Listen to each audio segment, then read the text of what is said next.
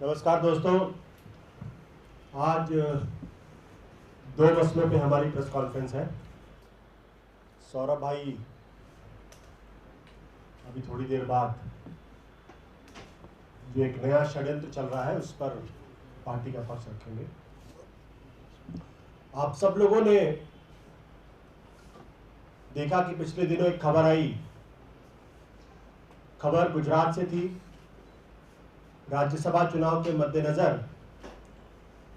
BJP के अध्यक्ष अमित शाह ने जब अपना पर्चा भरा तो उनके प्रॉपर्टी और उनकी संपत्ति का पूरा हिसाब किताब ब्यौरा उसमें था। हिसाब किताब ब्यौरा यह था कि 5 साल पहले उनकी प्रॉपर्टी तकरीबन 8 करोड़ के आसपास थी और इस बार जब उन्होंने अपना ब्यौरा दिया तो वो करीब 34 करोड़ के आसपास पहुंच गई। इसका मतलब हुआ कि 300% की वृद्धि उसमें हुई। इसमें कोई गलत बात नहीं है। कोई भी आदमी किसी की भी प्रॉपर्टी बढ़ सकती है और अगर कोई आदमी ईमानदारी से अपना धंधा कर रहा है, ईमानदारी से नौकरी कर रहा है, ईमानदारी और पारदर्शिता के साथ अगर अपने पैसे बढ़ा रहा है, सरकार को इनकम टैक्स दे रहा है, टैक्स की कोई चोरी नहीं हो रही है और कोई इलीगल तरीके से पैसे नहीं बनाया जा रहा है, तो उसमें किसी तरीके की कोई गड़बड़ी मुझे नजर नहीं आती। लेकिन बड़ी हैरानी की बात यह है कि वो खबर टाइम्स ऑफ इंडिया की वेबसाइट पे छपी, डीएनए की वेबसाइट पे छपी, आउटलुक हिंदी की वेबसाइट पे छपी और तकरीबन 2 घंटे के बाद वो खबर तीनों जगह से गायब हो गई। तो इसमें 2 सवाल हैं। क्या 300% की वृद्धि गलत तरीके से हुई है, बेईमानी से पैसा कमाया गया है, काला धन है, डिस्प्रपोर्शनेट एसेट्स क्रिएट किए गए हैं, जो उनकी आय के साधन है उसके मुताबिक वो फिट नहीं बैठते हैं, क्यों हटाया जाए? भाई अगर मैं ईमानदारी से अगर पैसा कमाता हूं तो कोई भी आदमी एजेंसी आके उसको चेक कर सकता है। उसको हटाने का कारण समझ में नहीं आ रहा। तो एक तो यह है कि वो हटी तीनों जगह से और ऐसे में प्रेस की भूमिका बड़ी संदिग्ध हो जाती है कि टाइम्स ऑफ इंडिया जैसा अखबार, जैसी वेबसाइट, डीएनए जैसी संस्थान की वेबसाइट और आउटलुक, ये तीनों ही अपने आप में प्रतिष्ठित मीडिया संस्थान है। इन लोगों ने वो खबर क्यों हटाई और जो हटी उसका कहीं कोई कारण नहीं दिया गया। तो क्या यह माना जाए कि अमित शाह जी की जो प्रॉपर्टी के डिटेल्स दिए गए थे वो गलत थे, उसकी स्क्रूटिनी ना हो पाए, जनता के बीच में उसकी जांच पड़ताल ना हो पाए, इसलिए वो हटाया गया या हटवाया गया? अगर मीडिया ने विवेकपूर्ण तरीके से अपने स्तर पर अगर हटाया तो उसका एक लॉजिकल एक्सप्लेनेशन या उसकी सफाई वहां होनी चाहिए, क्योंकि मीडिया की जिम्मेदारी अपने पाठकों के प्रति होती, दर्शकों के प्रति होती। लेकिन टाइम्स ऑफ इंडिया, डीएनए और आउटलुक ने किसी तरीके की कोई सफाई वहां नहीं दी है। इसका मतलब यह है कि मीडिया के ऊपर दबाव डाला गया और दबाव में वो खबर हटवाई गई। ये ज्यादा बड़ा गुनाह है। इसका मतलब यह है कि मीडिया हिंदुस्तान के अंदर स्वतंत्र नहीं है। वो अमित शाह की प्रॉपर्टी के डिटेल्स नहीं दे सकती या उसको नहीं देने दिया जा रहा। और अगर मीडिया इस देश के अंदर स्वतंत्र नहीं है तो ये लोकतंत्र के लिए अच्छी बात नहीं है। इस बीच सोशल मीडिया पे एक ईमेल प्रसारित हुआ है। मुझे नहीं मालूम उसकी ऑथेंटिसिटी क्या है, मुझे नहीं मालूम वो सच या गलत है। अगर वो सच है तो इस बात को बिल्कुल पूरी तरीके से स्थापित कर देता है कि दबाव के अंदर उस खबर को हटवाया गया, गिरवाया गया। और अगर उस ईमेल को अगर आप किनारे में रख दीजिए तो भी जो परिस्थितियां पैदा हो रही हैं उन परिस्थितियों से 2 बातें बिल्कुल स्पष्ट है। एक, ऐसे क्या कारण है कि अमित शाह की 300% की संपत्ति की वृद्धि की खबर को हटाया गया? इसका मतलब स्पष्ट है कि उसमें कहीं ना कहीं कुछ गड़बड़ी है, अन्यथा हटाने का कोई कारण नहीं बनता है। और अगर नहीं कोई कारण है तो अमित शाह जी को सामने आना चाहिए और उनको सफाई देनी चाहिए। और दूसरा, मीडिया ने जिस तरीके से खबर गिराई है, हटाई है, वो भी अच्छी बात नहीं है। वैसे लगातार ये खबरें आ रही हैं कि मीडिया लगातार सरकार के दबाव में काम कर रही है। विपक्ष को की खबरें, उसकी आलोचना तो बहुत तीखे तरीके से छपती हैं, टीवी चैनल्स पे दिखाई जाती हैं, लेकिन सरकारों, खासतौर पर प्रधानमंत्री मोदी जी से संबंधित खबर हो और अगर अमित शाह जी से संबंधित खबर हो तो कोई चू नहीं करता और कोई सवाल नहीं खड़े करता।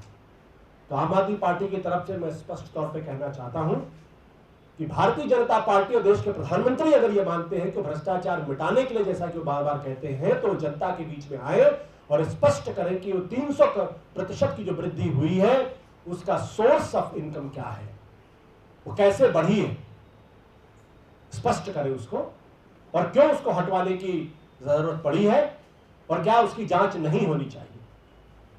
आपको याद होगा पिछले दिनों जब डिमोनेटाइजेशन का मामला आया था तो गुजरात में कोई रमेश शाह नाम के आदमी का नाम सामने आया था, जिन्होंने क्लेम किया था कि 10,000 करोड़ से ज्यादा की बेनामी चीजें उनके पास है और अचानक और रहस्यमय तरीके से गायब हो गए। तो उस वक्त भी अमित शाह जी का नाम और उनसे नजदीकी उछली थी और कभी किसी को पता नहीं चला क्या हुआ।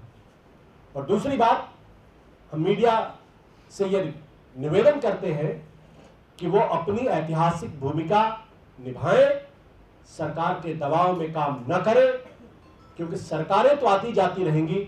आज मोदी जी की सरकार है, कल किसी और की सरकार होगी, तब जनता उनसे सवाल पूछेगी और वैसे आज भी सवाल पूछ रही है। वो निष्पक्ष अपनी भूमिका निभाए। सॉरी, 2-3 दिन से कुछ खबरें चल रही हैं और कुछ पत्रकार भी इस बारे में सवाल पूछ रहे हैं कि क्या दिल्ली के अंदर बिजली के दाम बढ़ाने की कोई योजना या कोई साजिश चल रही है।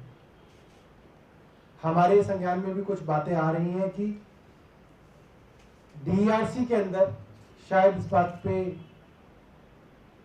सोच चल रही है कि क्या बिजली के दाम बढ़ाए जा सकते हैं, और बिजली की कंपनियों ने डीआरसी को कहा है कि उनको घाटा लगातार बढ़ रहा है और इसलिए दिल्ली के अंदर बिजली के दाम बढ़ाने की जरूरत है। तो मैं थोड़ा इसके बारे में आपको हिस्टोरिकल फैक्ट्स बताना चाहता हूं कि 2011 से लगातार हर साल दिल्ली के अंदर बिजली के दाम बढ़ते थे, मगर जब से आम आदमी पार्टी की सरकार दिल्ली के अंदर आई है, हमने दिल्ली के अंदर बिजली के दामों को नहीं बढ़ने दिया है। बिजली के दाम बढ़ाने की जो रिकमेंडेशन है ये डीआरसी नाम का एक रेगुलेटर है वो करता है, मगर एक पूरी सोची समझी साजिश के तहत भाजपा के इशारों पे एलजी साहब ने दिल्ली सरकार द्वारा नियुक्त डीआरसी के चेयरमैन को उनके पद से हटा दिया था और इस समय सिर्फ एक मेंबर है जो डीआरसी के अंदर है और बड़े ही गैर संवैधानिक तरीके से, इलीगल तरीके से सिर्फ एक मेंबर ही डीआरसी का, जो वो मेंबर है जो शीला दीक्षित जी के हमारी सरकार के आने से पहले उसको नियुक्त किया गया था, एलजी ने नियुक्त किया था, उसके जरिए ये पूरा का पूरा षड्यंत्र किया जा रहा है। एक मेंबर जो डीआरसी का है उसके बलबूते दिल्ली के अंदर दाम बढ़ाने की कोशिश की जा रही है। मैं अपनी तरफ से ये बात स्पष्ट करना चाहता हूं कि हमारी पार्टी पुरजोर कोशिश करेगी कि इस तरीके की भाजपा की कोई भी साजिश कामयाब ना हो पाए, और मुझे लगता है कि इस बात को भी बल मिलता है कि इलेक्शन से पहले कहा जा रहा था कि दिल्ली के अंदर एमसीडी में अगर भाजपा आएगी तो बिजली के दाम और पानी के दाम बढ़ाने की साजिशों को बल मिलेगा। दूसरा जो मामला है वो इलेक्ट्रॉनिक वोटिंग मशीन्स के संदर्भ में है। बहुत कम अखबारों के अंदर ये बात छपी कि इस महीने जुलाई के अंदर महाराष्ट्र के अंदर डिप्टी डिस्ट्रिक्ट कलेक्टर ने आरटीआई के तहत ये जवाब दिया है कि उनके यहाँ एक इलेक्ट्रॉनिक वोटिंग मशीन ऐसी थी जो विधान परिषद के चुनाव के दौरान, जिला परिषद के चुनाव के दौरान जब एक इंडिपेंडेंट कैंडिडेट के नाम पे बटन दबाया जा रहा था, जिनका नारियल चुनाव चिन्ह था, तो जो लाइट थी वो भाजपा के आगे जल रही थी। अब ये बहुत ज्यादा जरूरी इसलिए हो जाता है क्योंकि इलेक्ट्रॉनिक वोटिंग मशीन के अंदर जो लाइट जलने का जो प्रावधान है, अगर आप पढ़ेंगे उसका डॉक्यूमेंट पढ़ेंगे, बुलेटिन पढ़ेंगे उनका, तो वो ये कहता है कि जब आप कोई बटन दबाते हैं तो वो जो वोट है, जिस पार्टी का आपने बटन दबाया, वो वोट दूसरी मशीन में जाके उस पार्टी के आगे जुड़ जाती है और जुड़ने के बाद एक सिग्नल वापस आता है और लाइट जलती है।